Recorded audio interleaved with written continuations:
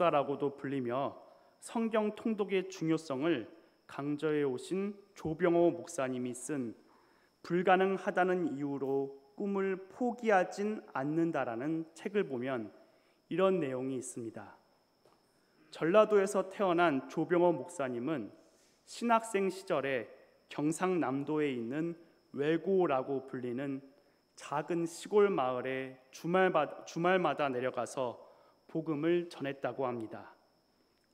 어느 주말 평소처럼 마을에서 전도하고 있는데 한 어르신을 발견했습니다. 그분은 너무나 힘겹고 어렵게 사시는 것 같은 느낌이 들었다고 합니다.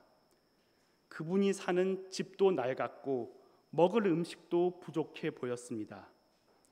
그 어르신께 뭐라도 도움을 드리고 싶은 마음에 조병호 목사님은 그 다음 주에 소고기를 사서 어르신을 찾아갔습니다.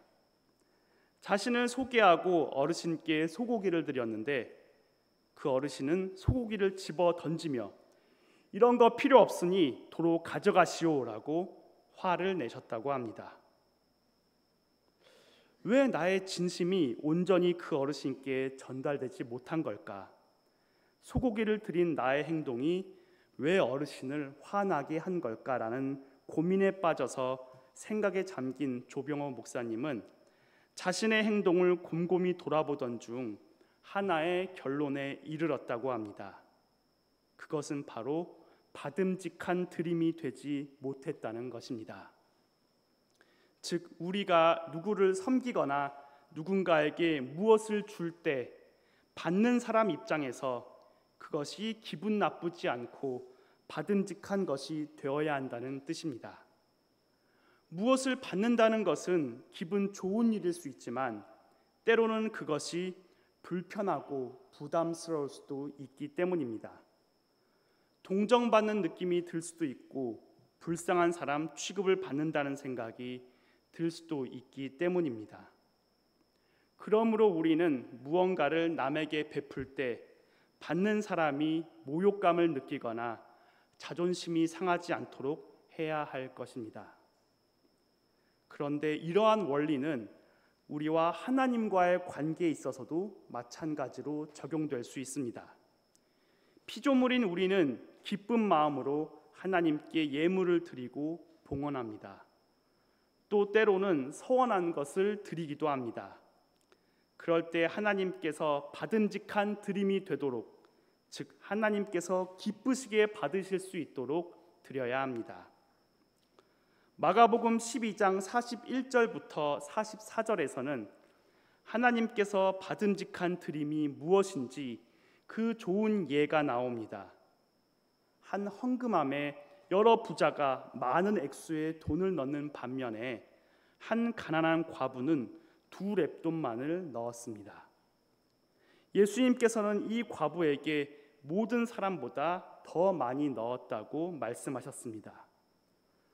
부자들의 엄청난 액수의 헌금보다 이 과부의 2렙돈이 훨씬 더 하나님께 기쁨이 되는 드림이었던 것입니다.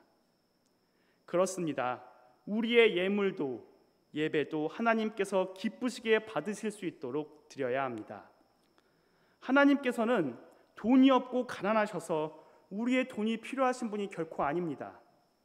하나님께서는 영광과 존귀함이 부족하셔서 우리의 예배와 경배를 꼭 받으셔야 하는 그런 분이 아닙니다.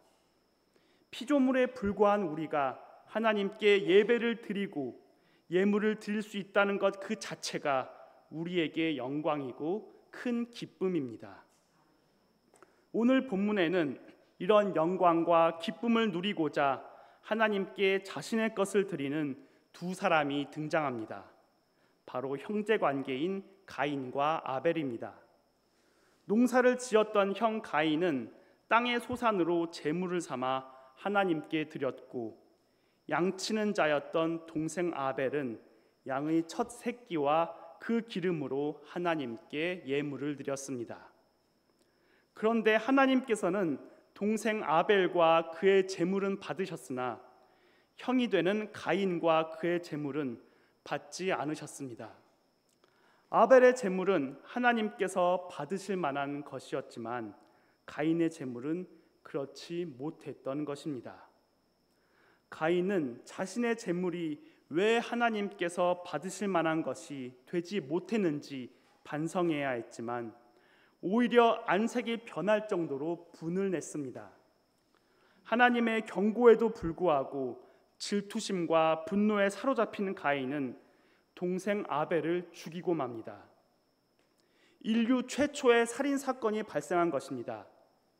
이 살인의 계기는 하나님께 예물을 드릴 때 하나님께서 받으실 만한 것이 되지 못하게 드린 것에 기인하였습니다. 하나님께 예물을 올바로 드리는 것이 이토록 중요합니다. 주님께 올바로 드릴 때는 기쁨과 영광, 은혜가 되지만 잘못 드릴 때는 질투와 분노, 원망 그리고 사망에까지 이르는 것입니다. 그러므로 우리는 주님께서 받으실 만한 것을 올바른 방법으로 드릴 수 있어야 합니다. 그렇다면 우리는 주님께 드릴 때 무엇을 어떻게 드려야 할까요? 이 시간에는 가인과 아벨의 이러한 사건을 중심으로 하여 하나님께서 받으실 만한 드림이 과연 무엇인지 함께 나누고자 합니다. 이를 통해 하나님께 기쁨이 되도록 올바로 드리는 우리 관산교회 성도님들 모두가 되셨으면 좋겠습니다. 첫째, 우리는 예배자로서 우리 자신, 즉 우리의 삶 자체를 하나님께 예배로 드릴 수 있어야 합니다. 3절과 4절에 의하면 가인과 아벨은 제물을 드립니다. 제물을 드리는 행위는 오늘로 치면 예배를 드리는 것에 해당한다고 볼 수 있습니다. 그런데 4절은 여호와께서 아벨의 제물을 받으셨다라는 식으로 표현되지 않습니다. 바로 아벨과 그의 제물을 받으셨다라고 나옵니다. 즉 예배자인 아벨 자체도 받으시고 아벨의 예물도 동시에 받으신 것입니다. 이는 5절도 마찬가지입니다. 단순히 가인의 제물만 받지 않으신 것이 아니라 가인도 받지 않으시고 가인이 바친 제물 모두 받지 않으셨다고 나옵니다. 즉 아벨의 경우는 예물과 예배드리는 사람의 마음이 동일시되었기에 하나님께서 아벨의 예물과 예배를 받으신 것이고, 반면에 가인과 그가 드린 예물은 그렇지 않았기에 하나님께서 가인의 예배와 예물을 받지 않으셨던 것입니다. 성경은 반복하여 제물과 제사를 드리는 사람의 삶을 살피시는 하나님의 모습을 언급합니다. 이사야 1장 11절부터 13절 말씀이 대표적입니다. 이를 읽어드리겠습니다. 여호와께서 말씀하시되 너희의 무수한 제물이 내게 무엇이 유익하뇨? 나는 수량의 번제와 살찐 짐승의 기름에 배불렀고 나는 수송아지나 어린 양이나 수렴소의 피를 기뻐하지 아니하노라. 너희가 내 앞에 보이러 오니 이것을 누가 너희에게 요구하였느냐? 내 마당만 밟을 뿐이니라. 헛된 재물을 다시 가져오지 말라. 분향은 내가 가증히 여기는 바요, 월삭과 안식일과 대회로 모이는 것도 그러하니 성회와 아울러 악을 행하는 것을 내가 견디지 못하겠노라. 아멘. 이처럼 하나님께서는 오늘날 우리가 예배드릴 때 우리의 예배를 기쁘게 받으시지만 예배뿐 아니라 예배를 드리는 우리 자체도 받으십니다. 그러므로 우리는 예배를 드릴 때 우리 자신을 온전히 드린다는 생각으로 우리의 영과 마음과 진심을 다해 예배드려야 합니다. 반면에 형식적인 예배, 우리의 마음과 진심이 빠진 예배, 우리의 삶이 빠진 예배를 하나님께서는 기쁘게 받지 않으실 것입니다. 하나님께서는 눈에 보이는 것만 집중하는 분이 아니기 때문입니다. 습관적인 예배가 아닌 매 순간 주님을 만나고자 하는 간절함이 가득한 예배, 하나님의 이름에 합당한 찬양을 올려드린 예배를 드려야 합니다. 우리는 매 주일 그리고 매주 수요일 저녁 또 매일 새벽과 금요일 저녁에 이곳에서 예배를 드리면서 때로는 봉헌을 하곤 합니다. 그렇다면 우리가 드리는 예물이 과연 하나님을 향한 믿음과 사랑의 마음을 담고 있는지 진지하게 돌아보았으면 합니다. 말씀드렸다시피 하나님께서는 우리가 내는 헌금보다 먼저 우리의 중심을 보시는 분이기 때문입니다. 그래서 로마서 12장 1절에서 사도 바울은 우리의 삶 자체가 영적 예배라고 말한 것입니다. 또 하나님 앞에서의 예배는 주일이나 오늘과 같은 수요일 저녁에 교회에 와서 드리는 것으로 끝나지 않습니다. 우리의 삶, 곧 일상이 하나님께 드리는 예배가 되어야 합니다. 하나님의 뜻대로 살아가는 일상이야말로 우리가 드려야 할 참된 예배입니다. 선하고 거룩한 삶이 수반되지 않은 예배를 하나님께서는 받지 않으십니다. 그러므로 삶을 통해 드린 예배로서 주님을 기쁘게 하는 저와 여러분이 되었으면 합니다. 오늘 드리는 이 예배가 마치 처음 드리는 예배인 것처럼 설렘과 사모함으로 드릴 때, 그리고 인생의 마지막 예배인 것처럼 경건한 마음으로 하나님 앞에 드릴 때 하나님께서는 아벨의 제사처럼 우리의 예배를 기쁘게 받으실 것입니다. 둘째, 우리는 구별하여서 하나님께 드려야 합니다. 창세기 4장 4절을 보면 아벨은 자기도 양의 첫 새끼와 그 기름으로 드렸더니 여호와께서 아벨과 그의 제물은 받으셨으나 라고 기록되어 있습니다. 아벨은 양의 첫 새끼를 구별하여 하나님께 드린 것입니다. 그러나 반면에 창세기 4장 3절에 의하면 가인은 땅의 소산으로 제물을 삼아 여호와께 드렸다고 나와 있을 뿐 첫 열매나 첫 곡식을 구별하여 드렸다는 언급은 없습니다. 여기서 아벨과 가인의 헌신에 대한 질적 차이를 발견하게 됩니다. 아벨이 양의 첫 새끼를 여호와 하나님께 드렸다는 것은 하나님의 존재가 아벨에게 우선순위를 갖고 있음을 보여줍니다. 자기 인생의 첫째이신 하나님께 첫째 것을 드리고 싶었던 것입니다. 이것은 이후 잠언 3장 9절에서 내 재물과 내 소산물의 처음 익은 열매로 여호와를 공경하라라는 조언으로 기록됩니다.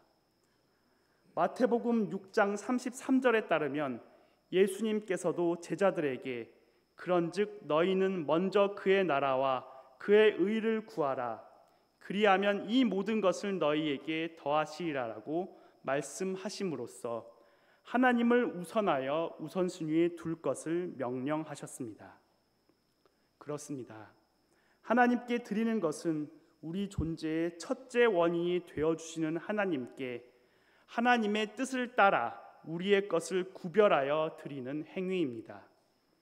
따라서 하나님께 드림은 하나님을 인생의 우선순위로 삼은 사람들이 믿음으로 고백하는 믿음의 행위라고 할 수 있습니다. 셋째, 우리는 가장 좋은 것을 하나님께 드려야 합니다. 창세기 4장 4절에서 아벨은 양의 첫 새끼뿐만 아니라 그 기름으로 드렸다고 기록되어 있습니다. 기름을 드렸다는 이 부분에 대해 우리는 조금 의아할 수도 있습니다. 뭐야? 가장 좋은 것을 드려야 하는데 살코기도 아니고 먹지도 않을 기름 비계를 하나님께 드려? 좋은 걸 드린 게 아니잖아 라고 생각할 수도 있을 것 같습니다. 이와 관련하여 한 가지 생각나는 것이 있습니다. 제가 아는 어느 목사님 한 분이 젊은 시절에 몽골로 선교를 간 적이 있다고 합니다. 하루는 어느 집에 식사 초대를 받아서 그 집을 방문하게 되었습니다. 그 가정에서는 목사님을 매우 환대하였고 환대의 의미로 손수 양 한 마리를 잡아서 대접했다고 합니다. 그리고는 귀한 손님인 그 목사님께 가장 좋은 부위를 드세요라면서 양고기의 비계 덩어리를, 그야말로 살은 하나도 없고 기름만 가득한 비계 덩어리를 통째로 목사님 그릇에 놓았다고 합니다. 왜냐하면 몽골은 우리나라보다 날씨가 춥고 땅이 척박하기에 비계 기름 덩어리가 매우 유용한 에너지원이었고 그 귀한 것을 목사님께 드렸던 것입니다. 그러나 목사님이 드시기에 양고기의 비계 덩어리에서는 비린내가 너무 심했다고 합니다. 살도 아니고 비계 덩어리이니 식감도 물컹하고 먹기가 매우 어려웠지만 그 목사님께서는 대접해 주신 성의를 생각하여 차마 거절하지 못하고 어쩔 수 없이 맛있다는 표정을 지으면서 힘들게 그 비계를 다 드셨다고 합니다. 그리고 세월이 지난 후 이후에도 지금도 그때를 생각하면 아찔하다고 말씀하셨습니다. 가인과 아벨이 살던 시대에도 몽골과 마찬가지로 기름이 그야말로 귀했던 것 같습니다. 즉 기름은 구약 시대의 가장 좋은 부분을 의미했습니다. 그래서 제물의 기름은 반드시 태워서 주님께 드려야 했습니다. 기름은 주님 몫이었던 것입니다. 다시 말해서 기름은 좋은 것의 상징이고 아벨은 가장 좋은 것을 주님께 드렸던 것입니다. 우리는 우리 삶에서 이미 주님께 많은 좋은 것들을 받고 있습니다. 우리 삶을 좋은 것들로 채워주셨으며 앞으로도 채워주실 주님께 감사드리는 마음으로 가장 좋은 것을 드릴 수 있었으면 합니다. 야고보서 1장 17절을 보면 온갖 좋은 은사와 온전한 선물이 다 위로부터 빛들의 아버지께로부터 내려오나니라고 기록되어 있습니다. 이처럼 하나님께서는 진실로 좋은 분입니다. 이처럼 좋은 분께 어찌 좋지 않은 것을 드릴 수 있단 말입니까? 그러므로 하나님께 드리는 행위는 하나님의 좋으심을 체험한 우리가 그 감동을 표현하는 방법이라고 할 수 있습니다. 받은 은혜와 복을 생각하며 하나님께 감사함으로 좋은 것을 드리는 저와 여러분이 되었으면 좋겠습니다. 넷째, 우리는 믿음으로 하나님께 드려야 합니다. 아벨의 제사는 구약 성경뿐 아니라 신약 성경 히브리서 11장 4절에도 언급되어 있습니다. 읽어드리겠습니다. 믿음으로 아벨은 가인보다 더 나은 제사를 하나님께 드림으로 의로운 자라 하시는 증거를 얻었으니 하나님이 그 예물에 대하여 증언하심이라. 그가 죽었으나 그 믿음으로써 지금도 말하느니라. 아멘. 믿음으로 아벨은 가인보다 더 나은 제사를 드림으로라는 말씀을 통해 예배에서 중요한 것은 하나님에 대한 믿음임을 알 수 있습니다. 즉 하나님께서는 제물 이전에 그 제물을 드리는 자의 믿음을 요구하십니다. 이를 볼 때 가인이 하나님께 드린 제사는 하나님을 향한 온전한 믿음의 표현이 아니었음을 알 수 있습니다. 믿음이 없는 자에게 예배는 그저 신을 조종하여 자신의 필요를 얻으려는 수단일 뿐일 수도 있습니다. 가인은 자기의 제사가 하나님께 거절당하자 분노에 못 이겨 동생 아벨을 죽였고 이로 인해 하나님께 엄중한 심판과 책망을 받은 것을 볼 때 그의 제사는 믿음에 기인한 순수한 것이 아니었음을 알 수 있습니다. 히브리서 저자는 히브리서 11장 6절을 통해 하나님을 기쁘시게 할 수 있는 것은 하나님을 향한 믿음이라고 언급합니다. 그렇기에 예물은 돈의 액수가 문제가 아니라 믿음의 문제입니다. 우리를 위해 목숨을 바치신 주님께 우리의 믿음을 드리는 것입니다. 믿음으로 온전히 하나님께 드리는 저와 여러분이 꼭 되었으면 합니다. 마지막으로 다섯째, 우리의 부족함과 연약함까지 하나님께 드릴 수 있어야 합니다. 가인은 동생 아벨을 죽이는 중대한 범죄를 저지릅니다. 끔찍한 범죄입니다. 일반적인 살인도 중대한 범죄인데 자신의 친동생을 죽인 것입니다. 우리나라 형법을 보면 친족 살인죄는 보통의 일반 살인죄보다 그 형벌이 훨씬 더 무겁습니다. 그만큼 그 죄의 중한 정도가 훨씬 더 크다는 의미입니다. 이런 큰 죄를 저질렀다면 가인은 마땅히 하나님께 무릎 꿇고 자신의 죄를 진정으로 반성하며 회개해야 마땅합니다. 그런데 9절에 의하면 아벨의 행방을 묻는 하나님께 가인은 뻔뻔하게도 내가 알지 못하나이다, 내가 내 아우를 지키는 자니이까 라고 말하며 자신의 범행을 부인한 듯한 발언을 일삼습니다. 그리고 창세기 4장 11절과 12절을 통해 하나님의 엄중한 심판이 내려졌음에도 불구하고 가인은 결코 회개하지 않습니다. 오히려 13절을 보면 가인은 하나님의 심판이 지나치게 무겁다고 항변하고 있습니다. 그리고 그는 14절에서 더 이상 하나님의 낯을 뵙지 못하게 될 게 두렵고 사람들이 자기를 죽일까 봐 무섭다고 고백합니다. 어딜 봐도 반성의 흔적은 찾아볼 수가 없습니다. 가인은 악행을 저지르고도 끝까지 회개하지 않았습니다. 그러나 그는 자신의 두려움을 그리고 자신의 연약함을 있는 그대로 하나님께 고백했습니다. 자신의 부족하고도 연약한 모습 있는 그대로를 하나님께 드리는 것입니다. 이것이 하나님께서 우리가 드리기를 바라는 모습입니다.